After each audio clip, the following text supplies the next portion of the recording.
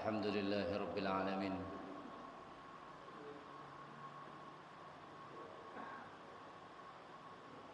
الحمد لله نحمده ونستعينه ونستغفره ونعوذ بالله من شرور أنفسنا ومن سيئات أعمالنا. من يهده الله فلا مضل له ومن يضلل فلا هادي له. والصلاة والسلام على رسول الله سيدنا محمد بن عبد الله وعلى آله وصحبه ومن والاه. ولا حول ولا قوة إلا بالله. بسم الله ما شاء الله ليس كل خير إلا الله. بسم الله ما شاء الله لا يسب السوء إلا الله. بسم الله ما شاء الله ما كان من نعمة فمن الله. بسم الله ما شاء الله لا حول ولا قوة إلا بالله.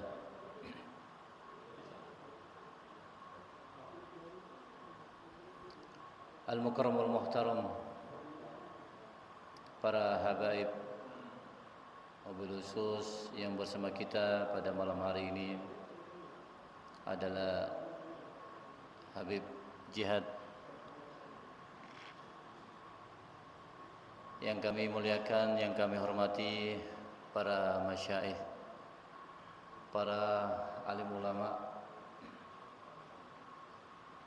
para asatid yang kami hormati, yang kami muliakan, para hadirin jamaah rutin yang diselenggarakan di Masjidul Ukhuwah yang insyaallah penuh berkah ini. Kemudian para pemirsa sekalian, yang kajian ini disampaikan baik secara live maupun secara tayang ulang, baik yang di YouTube atau TikTok dan sebagainya, yang semuanya dalam rangka syiar menyebarkan agama Allah Subhanahu wa taala yang memang sudah menjadi kewajiban bagi kita semua, sebagaimana Allah sudah menyampaikan dalam firman-Nya, kuntum khairu ummah ukhrijat lin-nasi ta'muruna bil ma'ruf wa tanhauna 'anil munkar. Jadi kita oleh Allah Subhanahu wa taala dicap atau kita ini dipuji oleh Allah sebagai umat terbaik yang berada di muka bumi ini. Apa landasan utama Allah Subhanahu wa taala memberikan kepada kita penilaian yang baik? Karena kata Allah, kita ini adalah orang yang menyampaikan kebenaran, terus kemudian adalah orang yang mencegah kemungkaran. Jadi ketika kita mampu melaksanakan dua hal ini, amar ma'ruf, menyampaikan kebaikan, kemudian yang kedua nahi mungkar, mencegah kemungkaran, kedoliman, kemaksiatan dan sebagainya, maka ketika kita ini mampu melaksanakan dua hal ini, maka kita menjadi bagian umat yang terbaik yang sudah dipuji oleh Allah Subhanahu wa taala dalam firman-Nya. Kalau amar ma'ruf mudah, siapapun mampu untuk bisa menyampaikan. Karena menyampaikan kebaikan, ayo sedekah, ayo hubungan baik antar keluarga, antar tetangga dan sebagainya, enak. Kata-kata motivasi enak. Orang ketika mendengarnya kebanyakan akan menerima, oh iya. Tapi ketika berhubungan dengan nahi mungkar, mencegah kemungkaran, maka siap-siap akan banyak musuhnya. Misalkan datang ke tempat sabung ayam, judi, ada siap-siap akan dijadikan musuh oleh mereka.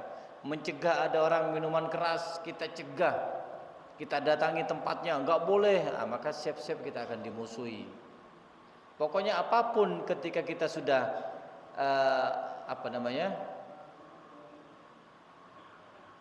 mencegah mereka, meminimalisir katanya, melarang mereka, padahal ini adalah hal yang sangat disenangi oleh mereka, terus kemudian kita larang, maka kita siap menjadi bagian musuh darinya.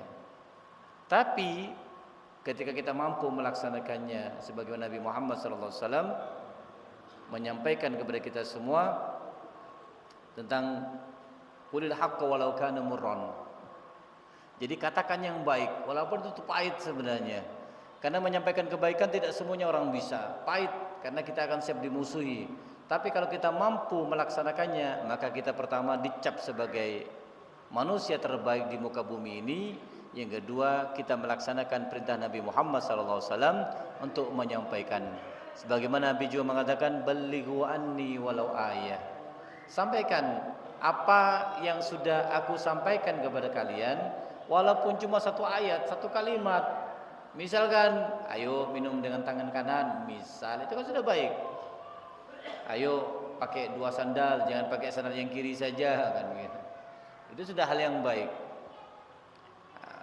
Begitu juga alhamdulillah. Yang pertama, yang kedua, salawat dan salam kita haturkan kehadiran Nabi besar Muhammad sallallahu alaihi wasallam. Nabi terbaik, Nabi yang Allah ciptakan di muka bumi ini, yang tidak ada bandingannya.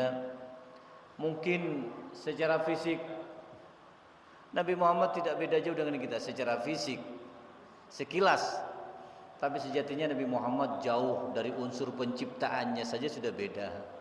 Kalau fisik mungkin seperti manusia biasa, tapi secara unsur semua yang berada dalam jiwa Nabi tidak serta-merta kita mampu untuk mencapai keistimewaan tersebut. Mungkin yang biasa baca wirid latif dalam sholat subuh, biasanya kalau di pondok-pondok ada wirid latif, langsung ada ayat mengatakan lau anzalna hadal Quran, kan wajib megang begini ya, bukan wajib sih, sunnah ya. Kalau wajib berarti kalau ditinggalkan haram, dosa, enggak, sunnah. Ketika baca wirid latif itu ada kalimat di pertengahan itu mengatakan lau anzalna hadal Quran ala jabalin la ra'aitahu khashian mutasaddian min khasyatillah wa tilka amsal nadribuha lin-nasi la'allahum yatafakkarun. Kita megang kepala karena apa? Enggak mampu kita ini. Karena Allah mengatakan seandainya Al-Qur'an itu diturunkan kepada manusia, kepada gunung, ala jabalin. Al-Qur'an Allah turunkan kepada gunung, maka gunung ini akan meleleh, hancur lebur karena tidak mampu untuk mendapatkan amanah besar tersebut. Tapi kenapa Nabi Muhammad kok mampu? Nah, itulah. Seandainya Al-Quran diturunkan kepada manusia biasa seperti kita, meledak mungkin. Kita punya otak karena tidak mampu. Sirnya Nabi Muhammad kenapa mampu? Nabi Muhammad itulah yang saya katakan spesial. Secara fisik sama dengan kita, tapi secara wujudnya, unsurnya, maka Nabi Muhammad jauh dengan kita manusia yang biasa ini. Itu yang pertama. Nabi Muhammad ketika dapat Al-Quran, ada wahyu turun pasti menggigil gini. Saking enggak, jadi walaupun musim dingin, Rabi, karena Rabi telah dingin. Banyak kalau umrah orang berangkat di bulan Rabiul Awal, Rabiul Tsani pasti dingin. Namanya Rabi. Ya. Maka Nabi walaupun musim dingin keringatnya bercucuran ketika mendapatkan wahyu dari Allah Subhanahu wa taala dan kayak kejang-kejang gini. Saking beratnya. Oke, dari mana lagi kita paham? Yaitu dari ketika Nabi Muhammad Isra Mi'raj di Sidratul Muntaha sering dibahas, tidak mampu makhluk siapapun, bahkan makhluk yang paling dekat dengan Allah Subhanahu wa taala, malaikat Jibril pun tidak mampu masuk Sidratul Muntaha. Nabi Muhammad kenapa bisa? Itulah Nabi Muhammad karena manusia spesial. Yang lain tidak akan berani, akan hancur lebur kalau mau masuk. Makanya kita bersyukur kita dapat dilahirkan di muka bumi ini, tercipta ketika kita menjadi bagian umat Nabi Muhammad SAW. Spesial kita ini. Syukuri ya. Karena banyak nabi yang lain berharap ya Allah panjangkan umur saya, tapi tidak Allah panjangkan. Yang diterima semuanya nabi. Dalam beberapa riwayat itu semuanya meminta kepada Allah agar panjang umur. Nabi Musa pun yang paling paham, yang diturunkan oleh Allah kitab Taurat, ketika membaca tentang keutamaan umat nabi terakhir, Maka Nabi Musa memohon kepada Allah, ya Allah panjangkan umurku. Tapi Allah tidak mengabulkan. Yang Allah kabulkan cuma satu nabi, yaitu Nabi Isa alaihissalam.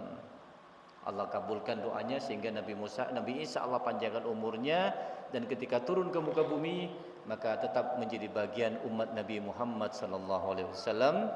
Dan Nabi Isa tidak membawa risalah, tidak membawa ajarannya yang lama. Nabi Isa tetap mengikuti apa yang sudah disyariatkan Nabi Muhammad sallallahu alaihi wasallam. Karena ketika turun nabi berikutnya otomatis mamsuh, kalau bahasa pondoknya itu terhapus. Semestinya ketika Taurat itu turun, Injil setelah Taurat, mestinya Taurat sudah terhapus, jangan dipakai lagi karena ada edisi baru dan ini lebih lengkap edisinya. Oke, tapi ketika Al-Quran turun, Al-Quran menghapus Injil. Injil tidak boleh dipakai karena ada Al-Quran lagi. Al-Quran kitab penyempurna, kitab terakhir. Makanya ketika ada Al-Quran kok Taurat masih dipakai, Injil masih dipakai, ya Allahu a'lam bishawab. Sejatinya sudah tidak berlaku karena ada yang sudah melengkapi. Sama dengan undang-undang, ketika ada undang-undang baru, otomatis undang-undang lama ya dihapus. Tapi begitulah manusia. Baik para hadirin bagi Allah Subhanahu wa taala, tentang kita pada malam hari ini berada di bulan apa? Dzulhijjah ya. Dzulhijjah kemarin sudah kita bahas. Tapi kita masih mendapatkan keutamaan Dzulhijjah, masih ada sisa-sisa. Apa sisa-sisa bulan Dzulhijjah? Sisa-sisa bulan Dzulhijjah keutamaan yang masih kita bisa dapatkan, dan ini adalah kesempatan besar untuk kita memperbanyak ibadah kepada Allah. Karena Dzulhijjah merupakan di antara 4 bulan hurum. Dzulqa'dah, Dzulhijjah, Muharram, Rajab. 4. Sebagaimana dikatakan oleh Allah, inna iddatasy syuhuri indallahi isna asyara syahran fi kitabillah yauma khalaqas samawati wal ardi minha arba'atun hurum. Oke, sudah saya jelaskan dulu. Tapi masih ada sisanya. Ya apa? Yaitu Dzulhijjah masih menjadi bagian dari bulan hurum, bulan yang agung, bulan yang dimuliakan oleh Allah Subhanahu wa taala, dan yang beribadah di dalamnya di antara 4 bulan ini, ya di antara malam ini karena masih Dzulhijjah, maka Allah akan lipat gandakan pahalanya. Sebaliknya kalau melakukan kesalahan di dalamnya, maksiat di dalamnya, Allah pun lipat gandakan dosanya. Masih ada. Tapi kalau keutamaan-keutamaan yang lain sudah lewat. 10 hari Dzulhijjah utama, kan itu sudah saya jelasin. Di Dzulhijjah ini ada peristiwa haji, makanya Dzulhijjah menjadi bulan yang besar, agung. Ada Arafah. Terus kemudian ada kurban. Oh, lengkap. Dzulhijjah ini komplit, lengkap dan sudah kita lewati semua. Ada peristiwa Nabi Ibrahim sehingga ada menjadi sunnah, menjadi bagian haji, bukan sunnah, menjadi bagian haji, yaitu lempar jumroh. Lempar jumroh ini ada sejarahnya, ada wula, wusta, aqobah. Bagi yang sudah pernah melaksanakan haji atau tidak, atau yang pernah melaksanakan umroh pasti tahu jumroh. Tapi kalau yang umroh hanya diperlihatkan, ini loh wula, ini loh wusta, ini aqobah. Tapi kalau yang sudah haji, alhamdulillah sudah melempar. Kenapa kok ada wula? Ada usto, ada aqobah, bergilir. Jadi kalau saya masuk dari Mina dulu, Mina pasti ula dulu, usto, aqobah. Tapi karena tanggal 10 saya tidak ngelempar yang 2. Saya melempar dari Mina jalan kaki langsung ke aqobah. Di tanggal 10 hanya 1 saja aqobah. Tapi untuk 11, 12, tanggal 13 Dzulhijjah baru 3-3-nya dilempar. Ula dulu, baru usto, aqobah. Tapi kalau tanggal 10 Dzulhijjah 1, 2 tidak, tapi langsung yang ketiga. Apa ula? Ula adalah simbol bagaimana keyakinan dan keimanan Nabi Ibrahim alaihissalam. Ketika Nabi Ibrahim didatangi pertama kali oleh iblis, digoda, iblis paling tidak terima. Hingga saat ini iblis tidak rela kalau melihat manusia itu ibadah, taat kepada Allah, pasti akan diberikan berbagai macam ujian supaya dia lalai terhadap Allah Subhanahu wa taala. Itu pasti. Karena sudah SOP-nya katanya ya. Apa itu standar operasional apa itu P? Iya. Karena emang sudah perjanjiannya. Iblis pasti dia yakin masuk neraka, dia ngajak manusia untuk jadi temannya. Maka Nabi Ibrahim datang ke Iblis datang ke Nabi Ibrahim digoda. Jangan katanya. Itu tidak benar mimpimu, jangan sembelih putramu. Kamu sudah bertahun-tahun menikah berharap seorang anak, tapi ketika punya anak kok malah disembelih. Tega sekali kamu Ibrahim, manusia macam apa? Tapi Iblis tahu, Nabi Ibrahim tahu, ngambil 7 batu, ngambil, dilemparkan. Pergi kamu, pasti iblis. Karena tidak ada yang menghalangi perintah Allah kecuali iblis. Itu tidak selesai menggoda si Nabi Ibrahim, pindah ke Hajar. Itulah hebatnya iblis. Dia berbagai macam upaya bagaimana manusia hancur lebur, terjerumus dan menjadi bagian muslihatnya. Tidak mampu, datang dia ke istrinya Siti Hajar. Sama juga kamu sebagai ibu tega tak membiarkan anakmu disembelih. Tapi alhamdulillah Allah kasih keyakinan yang kokoh, iman yang kuat kepada Siti Hajar. Hajar pun begitu, lempar lagi, kamu pergi, kamu pasti iblis. 7 batu. Itu namanya wusta, tengah-tengah. Ula pertama, wusta tengah, baru di sini Aqabah. Aqabah ini adalah iblis tidak berhenti tetap. Karena tidak mampu Ibrahim, tidak mampu Sarah, maka pindah kepada Ismail dan mengatakan Ismail dikira anak kecil, memang kecil usianya. Mengatakan Ibrahim, Ismail, kamu mau disembelih sama bapakmu? Tega dia, bapakmu itu bagaimana seorang bapak kok tega menyembelih anaknya? Jangan mau kamu itu disembelih. Apa kata Ismail? Ngambil batu juga sama, kumpulin 7, lempar lagi, kamu ini iblis. Karena setiap ucapan ayahku itu pasti benar. Ayah itu kalau bukan karena perintah Allah, nggak mungkin ayahku itu akan melaksanakannya. Makanya Nabi Ibrahim terkenal dengan sebutan Khalilullah. Khalil adalah teman akrab, teman karib. Masih di bawahnya Habib. Kalau Rasulullah Habibullah. Kalau Khalil di bawahnya lagi levelnya, karena teman karib. Kalau kekasih, ya namanya kekasih, apapun yang diminta istimewa. Kalau teman karib mungkin masih mikir. Maka Nabi Ibrahim Khalilullah. Kenapa diangkat Khalilullah? Di antaranya karena Nabi Ibrahim tidak pernah menunda perintah Allah. Ketika Allah perintahkan sekarang, ya sekarang. Beliau tidak akan cari waktu lagi. Sudah, beliau mendahulukan perintah Allah daripada kepentingan pribadinya. Di antaranya tadi nyembelih. Yang kedua, sunat itu langsung ketika Allah mengatakan Ibrahim bersihkan dirimu sekali, dibersihkan, mandi, kok masih ada perintah bersihkan dirimu, dipotong nih bulu-bulunya sini. Loh kok masih ada perintah Allah mengatakan bersihkan dirimu Ibrahim?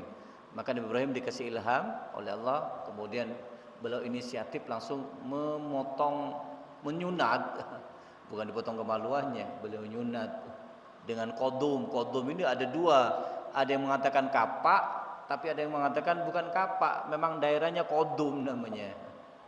Ada yang mengatakan kapak. Oke lah. Kemudian Nabi Ibrahim ngambil kapak, langsung disunat sendiri beliau. Nyunat sendiri. Jadi ujung kemaluannya, kulitnya dipotong, terus kemudian bengkak.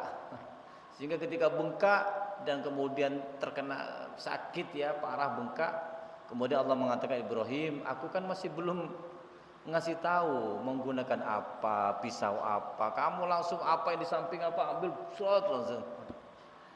Apa kata Nabi Ibrahim? Ya Allah, aku tidak bisa menunda perintahmu. Ya maksudnya Allah itu oke, tunggu dulu, Allah kan mau ngasih tahu pakai pisau yang tajam, pisau yang ini, maunya begitu. Tapi Nabi Ibrahim sunat, ya sudah ambil yang ada sehingga bengkak. Ya jangan dibayangkan seperti apa ya. Tapi begitu, itu namanya perintah Allah. Beliau tidak menunda, sekarang ya sekarang, nggak menunggu waktu besok. Oke. Baik para hadirin bagi Allah Subhanahu wa taala, para jemaat bagi Allah. Sampai jam berapa? Oke. Baik, kita masuk kepada inti pembahasan.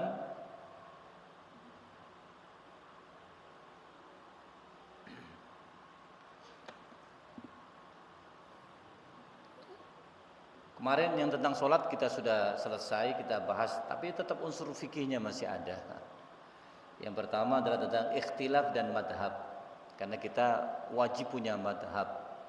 Kenapa kita kok wajib punya madhab, punya sandaran, punya rujukan ketika kita mengamalkan ilmu, mengamalkan fikih, mengamalkan syariat? Karena kalau kita berijtihad sendiri tidak mampu, syaratnya berat, harus hafal Quran, harus hafal hadis Nabi. Kita tidak mampu. Maka ulama secara umum sepakat pintu ijtihad itu ditutup, sudah selesai. Kenapa? Sudah diwakili dengan 4 imam ini. Pilih yang mana? Hanafi adalah yang pertama. Kemudian yang kedua Maliki, Imam Malik. Karena Imam Malik belajar kepada Imam Hanafi. Yang ketiga Syafi'i, karena Imam Syafi'i belajar kepada Imam Malik secara langsung, tapi tidak nutut ke Hanafi. Tapi walaupun tidak nutut, beliau belajar kepada muridnya langsung, Imam Malik. Karena muridnya langsung Imam Hanafi. Yang keempat itu adalah Imam Hambali, Ahmad bin Hambal, belajar kepada Imam Syafi'i. Jadi ini empat-empatnya satu. Jadi Imam Malik belajar Imam Hanafi, Malik, Syafi'i, terus kemudian Hambali. 4 imam ini. Itu sudah cukup dengan 4 ini. Kenapa? Karena mereka dalam berlandaskan agama, dalam mengambil fatwa sangat jelas, sangat detail, dan dalil-dalilnya sudah sangat kuat. Yang dipakai pasti yang pertama Al-Quran. Al-Quran ketika sudah mengatakan Al-Quran sudah jelas, ya sudah, Al-Quran tidak memakai yang lain. Ketika ajuran masih belum jelas pembahasannya, maka dicari perinciannya di hadis Nabi. Kalau Al-Quran sudah jelas mengatakan innal khamr wal maisir rijzum min amali syaiton, minuman keras itu mabuk, judi itu ada perbuatan setan, jelas, ngapain dicari lagi? Karena Al-Quran berita jelas. Terus kemudian babi itu adalah haram, sudah jelas di Al-Quran, nggak perlu cari yang lain. Jadi ketika jelas di Al-Quran, maka sudah cukup, karena Al-Quran merupakan unsur utama. Tapi ketika Al-Quran menyampaikannya masih secara global, maka perinciannya cari di hadis. Hadis kalau tidak ada pada zaman Nabi, ngambil ijma, kesepakatan, kemudian ngambil kias, disandar ke ini pada zaman Nabi ini nggak bisa, ini seperti narkoba kan begitu ya. Narkoba pada zaman dulu nggak ada, sakau, terus kemudian ada serbu, dihisap. Zaman Nabi tidak ada, tapi mengkiaskan. Nabi mengatakan sesuatu yang memabukkan itu haram. Karena narkoba memabukkan, ya sudah, ya haram. Walaupun tidak ada pada zaman Nabi narkoba itu, tapi dikiaskan. Hukumnya disamakan dengan sesuatu yang ada pada zaman Nabi. Begitu. Baik, terus kemudian tapi madhab ini 4 imam, makanya kalau setiap menjadi imam ini bukan satu hal ini ya, suatu hal yang mudah. Jadi imam ini berat ini, karena memang semakin dekat dengan Allah Subhanahu Wa Taala, semakin kuat keimanan seseorang, maka ujiannya pun akan besar juga. Apa yang membuat yang ujian mereka besar dialami? Imam Hanafi saja yang pertama. Imam Hanafi ini ketika dia dianggap tidak sama dengan pemerintahannya di saat itu, sama-sama Islam, dianggap tidak memihak kepada raja di saat itu, maka Imam Hanafi pun dihukum, dan beliau juga disiksa di dalam penjara. Sama juga Imam Malik juga dihukum di penjara karena berbeda pendapat dengan raja, Muslim juga pada rajanya, dianggap tidak mendukung dengan raja. Imam Malik komitmen dengan prinsipnya, kalau nggak boleh, terlarang ya terlarang, tidak dicarikan celah supaya boleh. Imam Malik pun disiksa, sehingga di penjara pun dipukul tangannya, disiksa, sehingga ada riwayat mengatakan tangan Imam Malik sampai lumpuh keduanya karena sering dipukul ini tangannya, disiksa. Imam besar, sehingga lumpuh beliau dan tidak bisa menulis kemudian. Tapi untungnya walaupun tidak bisa menulis, tulisan sebelumnya banyak, itu yang membuat dipelajari. Imam Syafi'i pun begitu.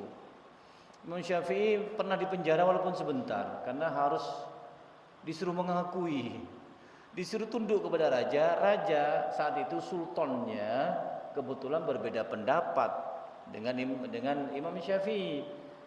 Rajanya waktu itu terafiliasi pemikiran apa katanya, Khawarij apa begitu ya, apa Mu'tazilah waktu itu. Jadi pokoknya Al-Quran ini harus diakui, Al-Quran itu sebagai makhluk. Sedangkan Imam Syafi'i mengatakan Al-Quran sebagai kalamullah. firman Allah, bukan makhluk. Kenapa? Karena kalau makhluk ada umurnya. Ketika Al-Quran mati, meninggal, maka Al-Quran sudah nggak bisa dibaca lagi. Makhluk ada batasnya. Sedangkan Imam Syafi'i mengatakan bukan kalamullah, tapi karena dipaksa, maka Imam Syafi'i punya siasat. Imam Syafi'i di Madinah waktu itu, di Baghdad kalau nggak salah. Jadi waktu itu datang ke mana? Di penjara, dipaksa mengatakan, ayo sampaikan bahwa Al-Quran itu adalah makhluk. Maka Imam Syafi'i ngambil celah begini. Al-Quran di depan itu ada Al-Quran, ditunjuk gini. Padahal beliau nunjuk dirinya, bukan nunjuk Al-Qurannya. Iya, itu adalah makhluk. Paham maksudnya ya? Jadi bukan nunjuk itu Al-Quran, tapi beliau condongkan sedikit begini. Ngambil siasat. Maksudnya bukan nunjuk Al-Quran, ya ini saya. Karena kan kalau begini kan ke saya ini arahnya. Yaitu makhluk, maksudnya saya itu makhluk. Makanya Imam Syafi'i dikeluarkan dan Imam Syafi'i ngungsi beliau. Berangkat, kalau tidak salah ke Mesir, kalau tidak salah. Keluar beliau, karena tidak aman sebab di wilayahnya. Tapi Imam Ahmad bin Hanbal kokoh. Makanya ketika Imam Syafi'i sudah berada di luar Baghdad kalau nggak salah, Imam Ahmad bin Hanbal masih di Baghdad, maka Imam Syafi'i nulis surat. Di surat titip kepada muridnya, ini sampaikan kepada Ahmad bin Hanbal surat ini. Berangkat, Imam Syafi'i lepas sudah. Nah, terus kemudian setelah itu surat diantar oleh muridnya karena Imam Syafi'i di luar Baghdad. Berangkat menemui Imam Ahmad bin Hanbal sebagai muridnya. Kemudian nulis surat panjang lebar. Terus setelah itu baru nyampe kepada Imam Ahmad. Imam Ahmad membacanya, nangis beliau, ya Allah gitu. Nangis. Kemudian menyampaikan kepada muridnya Imam Syafi'i yang mengantar surat, mengatakan, apakah kamu baca suratnya? Enggak, saya enggak berani baca, kata muridnya, karena saya cuma disuruh untuk mengantarkan. Oh iya, di surat ini katanya ini tertulis guru kita, karena Imam Ahmad berguru Imam Syafi'i. Jadi guru kita ini bermimpi Nabi Muhammad SAW. Terus kemudian Nabi Muhammad menyampaikan pesan, sampaikan salamku kepada Ahmad bin Hanbal. Sampaikan salamku, katanya ya Nabi Muhammad di dalam mimpinya Imam Syafi'i, bahwa Ahmad tetap harus konsisten, istiqomah, jangan merubah pendirian, tetap katakan Al-Quran sebagai apa tadi? Kalamullah, bukan makhluk. Al-Quran firman Allah. Kalau makhluk ya ciptaan.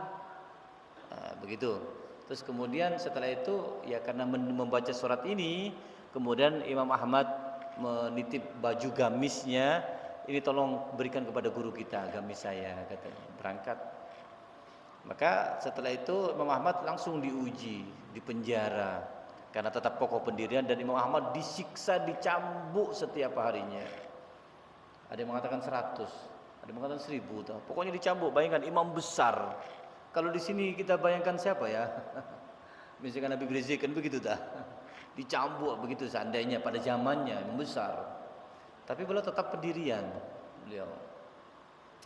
Ya tapi alhamdulillah, sisi lain setelah meninggal bapaknya diganti anaknya. Anaknya lumayan lah, agak sedikit muhibbin sudah dengan ulama, dibebaskan.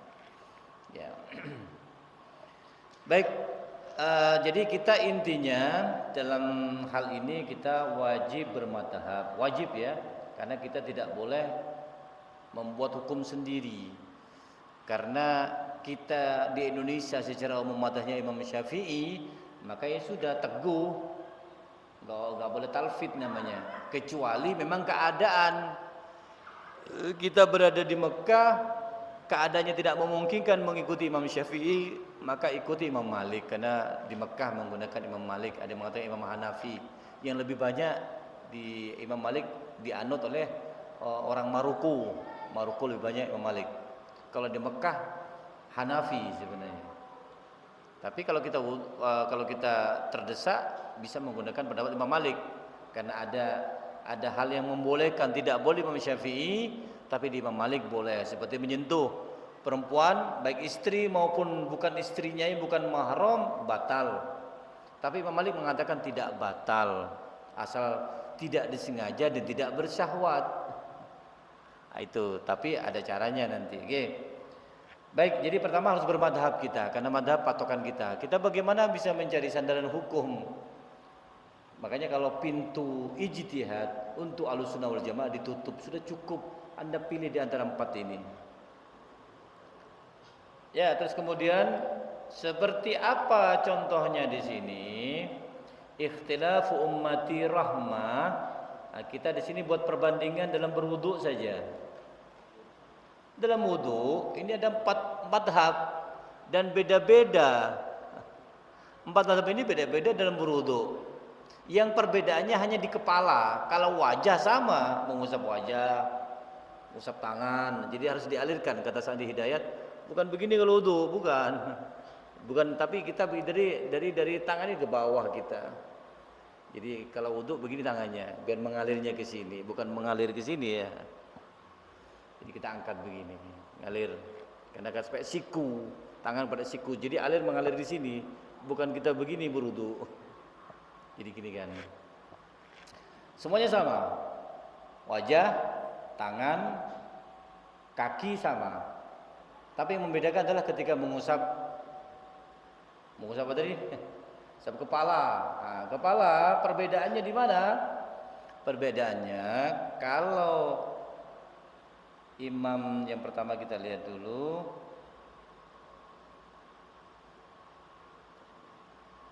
Imam Hanafi.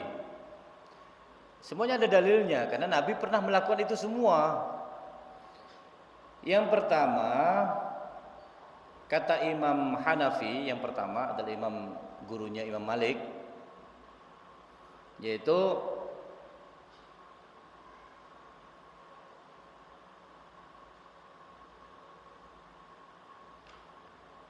Nabi itu mengusap, di atas kepalanya ada surban kotor.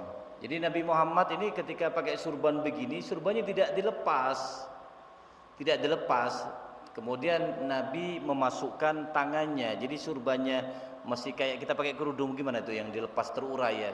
Surban ya. Jadi Nabi tidak ngambil, tidak dicopot, tapi Nabi ini masih nempel sini kainnya, ngambil air terus kemudian diusapkan separuh, dimasukkan di bawah surbannya ini. Jadi kepalanya Nabi langsung dimasukkan gini. Jadi separuh sini. Itu kalau Imam Hanafi. Ya. Karena Nabi pernah melakukan itu. Jadi surban tidak lepas, tapi tangannya dimasukkan ke dalam surbannya sampai separuh sini. Oke, jadi ubun-ubun. Seperempat kepala. Itu kalau Imam Hanafi. Kalau Imam Malik semuanya, karena dianggap ketika membasuh kepala, ya, wamsahu biruusikum, dan usaplah kepalamu, maka Imam Malik juga pandangannya yaitu beliau mengatakan kepala ya semuanya, dari sini sampai sini kepala, dari depan sampai belakang. Kalau panjang rambutnya tidak dihitung, yang penting sini kepala. Maka beliau mengatakan usap semuanya. Jadi karena Nabi juga pernah melakukan dan itu dilihat oleh sahabat yang lain. Ambil air terus kemudian di belakang, dikedepankan lagi. Ini Imam Malik. Udah beda. Jadi kalau kita tidak melakukan, kalau pendapat Imam Malik Anda begini ya tidak sah, atau sini nggak sah, karena Imam Malik mengatakan semuanya. Sekarang yang ketiga. Yang ketiga Imam Syafi'i. Imam Syafi'i mengatakan yang penting mengusap. Karena di sini juga Nabi pernah melakukannya, yaitu ketika ambil Nabi gini aja Nabi ke dalam kubur. Jadi tidak semuanya, penting sini aja, udah cukup. Itu Imam Syafi'i. Sedangkan Imam Ahmad bin Hambal ketika menyampaikan tentang bagaimana mengusap, maka Imam Ahmad bin Hambal yaitu untuk laki-laki, kata Imam Ahmad bin Hambal, Imam Hambali, yaitu untuk laki-laki mengusap kepala, diusap ya bagian luar, dan kemudian setelah diusap sampai sini tes kepalanya, maka telinga juga kena. Kenapa? Karena telinga, kata Imam Ahmad bin Hanbal, masuk bagian kepala ini. Ya, jadi telinga kena juga. Ya, kecuali untuk perempuan. Jadi kalau untuk perempuan cukup mengusap kepala bagian depan saja, karena Siti Aisyah, kata Imam Ahmad bin Hanbal, Imam Hambali ngusap ya begitu. Siti Aisyah gini aja kayak Imam Hanafi tadi. Tapi untuk laki-laki, kata Imam Ahmad bin Hanbal, semuanya sini telinga juga kena, harus diusap. Terus Anda mau ikut siapa? Ya tentu karena mazhab kita adalah Imam Syafi'i, maka ambil Imam Syafi'i begini. Yang terakhir, makanya urusan menyentuh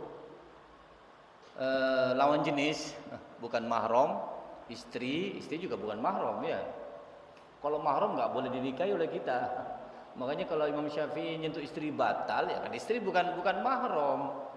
Mahram itu karena sebab pernikahan, sesuatu yang terlarang ketika dilihat auratnya haram, tapi ketika sudah dinikahi akad jadi halal. Jadi mahramnya karena pernikahan, tapi sejatinya tetap bukan mahram. Kalau mahram nggak bisa dinikahi, haram. Makanya ketika nyentuh istri, Imam Syafi'i mengatakan batal. Makanya caranya bagaimana? Ngambil pendapat Imam Malik. Jadi kalau Anda haji atau umroh, daripada menyentuh tangan perempuan nanti batal, menyentuh tangan istri batal, maka silahkan berwudu, kemudian menggunakan wudunya Imam Malik. Begini. Maka ketika kita sudah niat untuk mengikuti mazhab Imam Malik karena terdesak namanya, jadi seandainya kita nyentuh istri selama tidak bersahwat, nyentuh perempuan yang berlalu lalang, maka kita tidak batal dan tidak perlu wudu berkali-kali. Itu makanya dikatakan ikhtilafu ummati rahmah. Di perbedaan apa tadi? Perbedaan pendapat, perbedaan pandangan antar sesama umat ada rahmat, ada kasih sayang. Ini nggak bisa, oh ternyata ini boleh. Ya begitu nggih. Jadi ini yang bisa kami sampaikan. Jadi intinya dengan kajian seperti ini menjadikan kita lebih paham tentang agama dan bisa melaksanakan agama dengan baik. Khususnya kita mumpung berada di bulan Dzulhijjah, bulan hurum dan penutup tahun, karena sekarang bulan penutup 12 Muharram, mulai lagi bulan 1 kan begitu. Jadi sebelum 12 ada bulan Dzulhijjah. 1 lagi Muharram, sama juga termasuk bulan hurum. Allah menutup tahun dengan 2 kebaikan, Dzulqa'dah, Dzulhijjah, 2 bulan berturut-turut bulan haram. Dimulai lagi Muharram dengan bulan kebaikan. Apa maksudnya? Allah secara tidak langsung menyampaikan kepada kita, ambil hikmahnya. Berarti hikmahnya adalah kita tutup akhir tahun dengan kebaikan-kebaikan yang berlipat ganda. Kemudian kita yang kedua, ketika memasuki awal tahun, maka mulai lagi dengan kebaikan karena Muharram masuk bulan hurum. Begitu ya. Jadi ini yang bisa kami sampaikan. Kurang lebihnya saya mohon maaf. Semoga ada manfaatnya bagi kita semua, dan semoga Allah dengan kegiatan majlis seperti ini Allah tambahkan ilmu kita dan kita bisa mengamalkan dengan baik. Dan yang sakit semoga Allah berikan kesembuhan, ya seperti Pak Heru.